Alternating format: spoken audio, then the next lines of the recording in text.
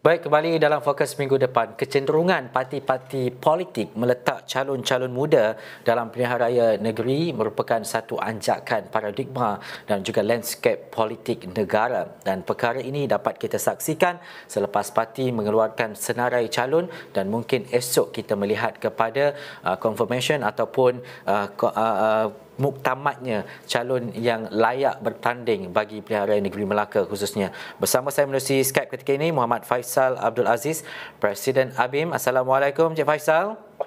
Waalaikumsalam warahmatullahi wabarakatuh. Baik, pertama sekali membawa aspirasi melihat kepada pilihan raya negeri yang lebih baik, terutamanya dalam peletakan calon dan sebagainya. Bila kita bercakap berkaitan dengan calon setia, calon muda, antaranya siapa pilihan pengundi. ABIM melihat bagaimana untuk pilihan raya negeri ini berlangsung sebaik-baiknya untuk menjadi pilihan pengundi. Baik, yang pertama kita mengambil maklum dan menganalogikan usaha berentas semua parti yang mencalonkan ramai tokoh-tokoh muda sebagai calon untuk bertanding dalam pilihan raya negeri Melaka. Kerana bila sebut tentang anak muda, saya fikir isu yang besar yang berlaku hari ini ialah seolah-olah anak muda ini sudah kepenatan politik ataupun political fatigue. Jadi setidak-tidaknya apabila parti-parti politik merancangkan usaha untuk menurunkan ramai bakat-bakat calon muda merentas parti ini, dia kembali menarik semula minat anak muda untuk berpartisipasi dalam politik, sekurang-kurangnya untuk turun mengundi dalam pilihan raya negeri Melaka pada akan datang insya-Allah. Dan juga Faisal, bagaimana kita nak memahami terutamanya sentimen pengundi-pengundi yang bukan dalam golongan belia dan sebagainya? Adakah ia membawa kepada pengiktirafan kepada calon muda ini untuk dipilih ataupun masih lagi mengekalkan sentimen bahawa pengalaman itu menjadi faktor penting dalam mengemudi Melaka dan juga Dewan Undangan Negeri? Saya fikir bila kita bicara tentang pengalaman itu juga berbeza dalam arti kata lain dalam situasi hari ini pasca pandemik. Pengalaman itu tidak semestinya pengalaman dari sudut cara kerja lama, tetapi juga pengalaman ialah dari sudut bagaimana orang boleh belajar cepat dengan idea yang segar untuk menyelamatkan masyarakat atau untuk membuahkan satu idea yang baru dalam era pasca pandemik. Jadi kalau berbalik kepada persoalan tentang sentimen pengundi, adakah mereka mahukan calon yang berpengalaman ataupun calon yang muda, saya fikir ia harus diraikan dalam konteks anak muda juga sebenarnya hari ini mempunyai pengalaman yang luas dari sudut mencari solusi yang lebih segar, mencari solusi yang lebih baik, terutama yang tadi kita bicara dalam aspek pasca pandemik. Dan sudah pasti kita dalam konteks anak muda, kita mengharapkan bahawa muka-muka calon muda ini diberikan harapan dan juga diberikan peluang oleh pengundi untuk mereka ini dipilih mewakili rakyat pada masa akan datang dalam situasi pilihan raya negeri Melaka yang sedang berlangsung ini.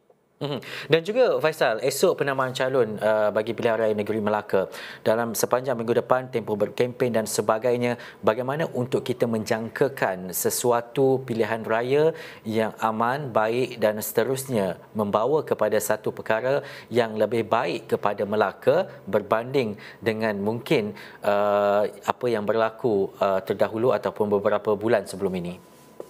Baik, saya fikir ini adalah merupakan pilihan raya pertama selepas kita berada dalam situasi norma baru.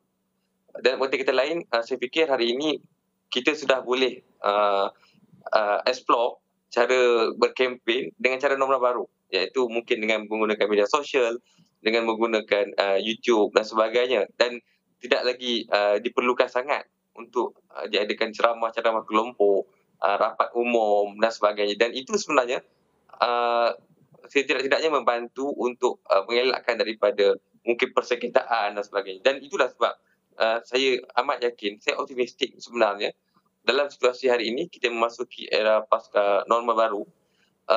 Calon muda itu harus diberikan tanggungjawab dan peranan kerana mereka ini mungkin boleh membawa idea yang lebih segar pada masa akan datang untuk memimpin Melaka dan juga untuk membawa Melaka ke arah jalan penyelesaian yang lebih baik pada masa akan datang.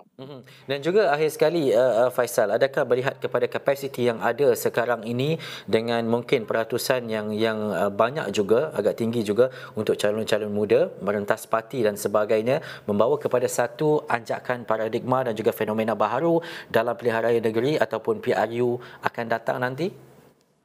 Ya, bagi saya bila kita kata calon muda, dia bukan hanya usia yang muda, Ya. tetapi calon muda itu harus mewakili watak pemikiran muda. Dia tidak boleh usia yang muda tetapi mewakili cara fikir lapuk atau cara fikir lama. Jadi insyaAllah atas keyakinan ini, kita meyakini bahawa calon-calon muda, kalau saya sebut Dr. Akmal daripada Barisan Nasional dan juga Farzana daripada PKR dan beberapa lagi calon-calon lain daripada Parti Gerakan dan juga parti-parti lain, jika mereka ini bukan hanya mewakili usia muda, tetapi mewakili cara fikir baru, cara fikir segar untuk membawa perubahan dalam lanskap politik Melaka, saya optimistik ia adalah satu lonjakan baru ke arah kita membina sebuah lembaran baru politik, bukan hanya di Melaka, tapi juga dalam konteks nasional. Partisipasi anak muda sebagai calon pilihan raya negeri perlu dibawa dan juga selari dengan pemikiran yang tidak lapuk, dan juga itu apa yang dinyatakan oleh Faisal. Banyak lagi perkara yang mungkin kita boleh sentuh selepas ini, tapi itu saja Faisal waktu yang kita ada. Mungkin kita nak melihat kepada perjalanan pilihan raya negeri Melaka selepas ini. Kita akan bersama-sama lagi dengan Presiden ABIM Muhammad Faisal Abdul Aziz. Sekian dulu fokus minggu depan ketika ini. Apapun dan juga pastinya anda perlu saksikan esok penamaan calon yang kami bawakan kepada anda daripada pukul 8 hingga pukul 11 pagi, dan seterusnya lungsuri asrawani.com untuk dapatkan laporan dan juga berita dari semasa ke semasa. Sekian dulu fokus minggu depan. Saya Ihsan Dahaya. Assalamualaikum. Jumpa lagi.